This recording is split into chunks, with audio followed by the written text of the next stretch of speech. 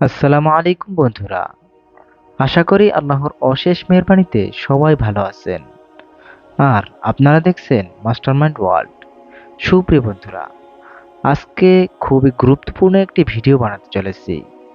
ভিডিওটি হলো কোরবানি যাদের উপর ওয়াজিব। সুপ্রিয় বন্ধুরা, এই বিষয়টি সকলের জানা প্রয়োজন। ভিডিওটি না টেনে ভিডিওটিতে একটি লাইক দিয়ে সম্পূর্ণ ভিডিওটি দেখার অনুরোধ রইল।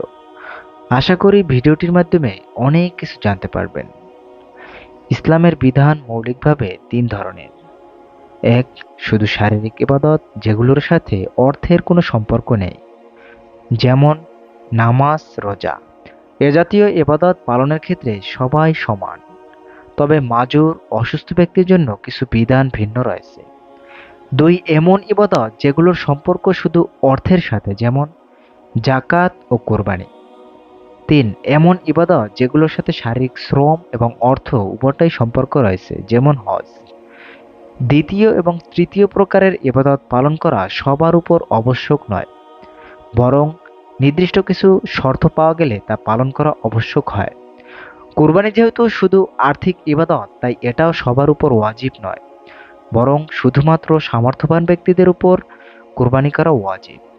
হাদিস শরীফে রাসূলুল্লাহ সাল্লাল্লাহু আলাইহি সাল্লাম ইরশাদ করেন, সামর্থ্য থাকা সত্ত্বেও যে কুরবানি করলো না, সে যেন আমাদের ঈদগাহের নিকটবর্তী না হয়। ইবনে মাজাহ, হাদিস নম্বর 3123। এ হাদিস দ্বারা বোঝা যায় কুরবানি ওয়াজিব হওয়ার জন্য সামর্থ্য থাকা শর্ত, অর্থাৎ প্রাপ্তবয়স্ক, সুস্থ মস্তিষ্ক সম্পন্ন প্রত্যেক মুসলিম নরনারী যে 10 জিলহজ ফজর থেকে 12 জিলহজ সূর্যাস্ত পর্যন্ত সময়ের মধ্যে নিত্য প্রয়োজনীয় বস্তু এবং ঋণ ব্যতীত নিসাব পরিমাণ অর্থের মালিক হবে, তার উপর কোরবানি করা ওয়াজিব। রদ্দুল মুখতার। সুতরাং গরিব মুসাফিরের উপর কোরবানি করা ওয়াজিব নয়, তবে নেসাবের মালিক নয় এমন ব্যক্তির যদি কোরবানি দিতে পশু কিনে, তাহলে জন্তুটি কোরবানি করা তার জন্য ওয়াজিব হয়ে যায়। এছাড়া কোনো ব্যক্তি, চাই সে ধনী হোক অথবা গরিব, যদি কোরবানির মানত করেন, তাহলে আইয়ামে নহরে তা আদায় করা আবশ্যক। কোরবানির নিসাব। কোরবানির নিসাব হলো স্বর্ণের ক্ষেত্রে 7.5 7.5 ভরি, রূপার ক্ষেত্রে 52.5 ভরি, টাকা পয়সা ও অন্যান্য বস্তুর ক্ষেত্রে নিসাব হলো সেগুলোর মূল্য 52.5 তোলা রূপার মূল্যের সমপরিমাণ হওয়া। আর সোনা বা রূপার কিংবা টাকা পয়সা এগুলো কোনো একটি যদি পৃথকভাবে নিসাব পরিমাণ না থাকে, কিন্তু প্রয়োজন অতিরিক্ত একাধিক বস্তু মিলে 52.5 তোলা রূপার মূল্যের সমপরিমাণ হয়ে যায়, তাহলেও তার উপর কোরবানি করা ওয়াজিব। ফাতোয়ায়ে তাতারখানিয়া। মৃত ব্যক্তির পক্ষ থেকে কোরবানি। সুপ্রিয় বন্ধুরা, জীবিতদের ন্যায় মৃত ব্যক্তির পক্ষ থেকেও কোরবানি করা জায়েজ রয়েছে। তবে মৃত ব্যক্তির পক্ষ থেকে কোরবানি দু ধরনের। এক, মৃত ব্যক্তির ওসিয়তকৃত কোরবানি। যদি কেউ মৃত্যুর সময় কোরবানি করার ওসিয়ত করে যায়, তাহলে তার ওয়ারিসদের জন্য মৃত ব্যক্তির দাফন কাফন ও ঋণ আদায়ের পর অবশিষ্ট সম্পদের 1/3 থেকে কোরবানি করা ওয়াজিব। সেক্ষেত্রে উক্ত কোরবানির গোশত ওয়ারিসদের জন্য খাওয়া জায়েজ হবে না, বরং তা গরিব মিসকিনদের মাঝে সদকা করে দিতে হবে। ইলাউস সুনান। পক্ষান্তরে মৃত ব্যক্তি যদি ওসিয়ত না করে থাকে এবং ওয়ারিশগণ স্বেচ্ছায় ইসালে সওয়াবের জন্য মৃত ব্যক্তির পক্ষ থেকে কোরবানি করে, তাহলে তা জায়েজ রয়েছে এবং উক্ত কোরবানির গোশত যে কেউ খেতে পারবে।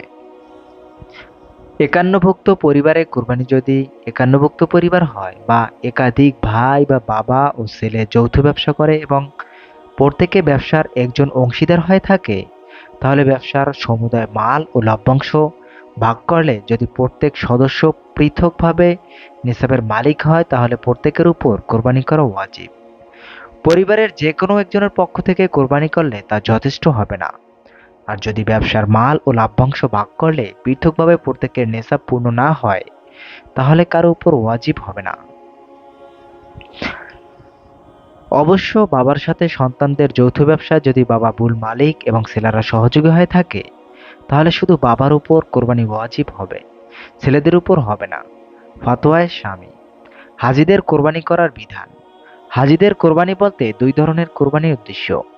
এক, স্বাভাবিক কোরবানি, যা প্রাপ্তবয়স্ক নিসাব পরিমাণ অর্থের মালিক এমন প্রাপ্তবয়স্ক মুকিম ব্যক্তির উপর ওয়াজিব নয়, মুসাফিরের উপর কোরবানি ওয়াজিব হয় না। সুতরাং হাজী সাহেবগণ যদি কোরবানির দিনগুলোতে তারা মুকিম থাকে তাহলে তাদের উপর কোরবানি করা ওয়াজিব।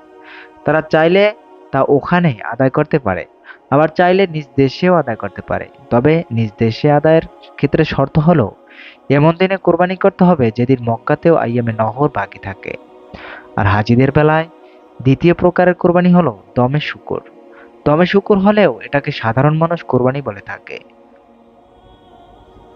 এ হুকুমটি হলো ওই সমস্ত হাজিদের জন্য যারা হজে তামাত্তু বা হজে কেরান করে। তাদের জন্য শুকরিয়া স্বরূপ 11 বা 12 বা 13 তারিখ মিনায় একটি পশু জবাইয়ের মাধ্যমে দমে শুকুর আদায় করতে হয়। যারা হজে ইফরাত করে তাদের জন্য এই বিধান প্রযোজ্য নয়। সূরা বাকারা আয়াত নাম্বার 196। মোট কথা হলো যারা হজে ইফরাত করে তারা যদি আইয়ামে নহরে মুকিম থাকে তাহলে তাদের উপর শুধুমাত্র উপরোক্ত প্রথম প্রকারের কোরবানি করা ওয়াজিব। আর যদি মুকিম বা নেশাব পরিমাণ অর্থের মালিক না হয় তাহলে কিছুই ওয়াজিব হবে না। গুনিয়াতুন নাসিক। পক্ষান্তরে হজে তামাত্তু বা কেরান আদায়কারী আইয়ামে নহরে মুকিম ও ধনী হলে তাদের উপর কোরবানি এবং দমে শুকর উভয়টাই ওয়াজিব। আর মুসাফির হলে শুধু দমে শুকর ওয়াজিব হবে, স্বাভাবিক কোরবানি ওয়াজিব হবে না। মহান আল্লাহ রাব্বুল আলামিন সকলকে এই বিষয়ে আমল করা এবং জানার তৌফিক দান করুন। আমিন। আসসালামু আলাইকুম ওয়া রাহমাতুল্লাহি ওয়া বারাকাতুহু।